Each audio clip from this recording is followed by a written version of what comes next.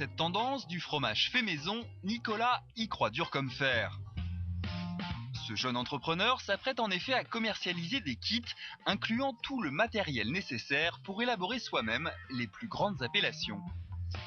Voilà ce que je propose aujourd'hui. Donc on a 4 kits pour faire 4 préparations différentes. Vous avez ici les fromages frais. Ensuite, vous avez des petits fromages affinés. On en fait une dizaine avec chaque kit. Voici le camembert, celui-ci a 2 semaines. Et enfin une tomate, c'est un fromage qui a été pressé. Et vous voyez, une jolie texture. On a envie de le manger. Le secret de Nicolas pour réaliser ces fromages de tradition se trouve dans ces petits tubes. Chacun d'entre eux renferme un précieux mélange de présure et de ferments lactiques. Avec ce type de tube, on peut fabriquer par exemple 2 tomates, 3 camemberts, et un tube coûte entre 2 et 3 euros. Mais avant de les lancer sur le marché, Nicolas doit savoir si ces kits auront une chance de séduire les clients. Entre. Il a donc fait appel à sa belle-sœur Emmanuelle pour un petit test de consommateur. Donc les ferments, Voilà. le thermomètre. Voilà. Et donc j'ai la petite louche pour pouvoir mouler le camembert.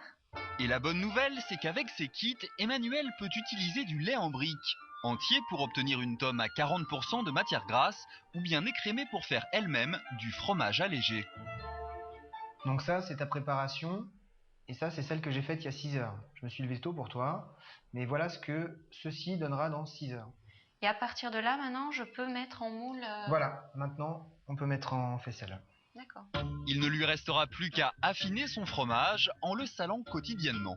Donc, saler la face du dessus. Je peux utiliser n'importe quel sel. Oui. Pour du sel fin, du gros sel, il n'y a pas de... Il faut mieux trop saler que pas assez. Et 6 semaines plus tard, voici le résultat. Une tome qui ressemble beaucoup à l'original, mais est-elle vraiment aussi bonne ? Pour le savoir, nous sommes allés la faire déguster à l'intraitable Perico Légas.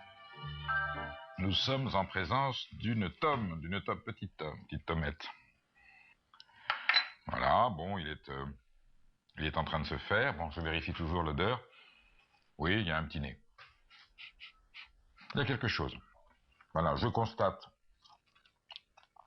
gustativement et sensoriellement parlant, que c'est bien un fromage, au sens technique du terme.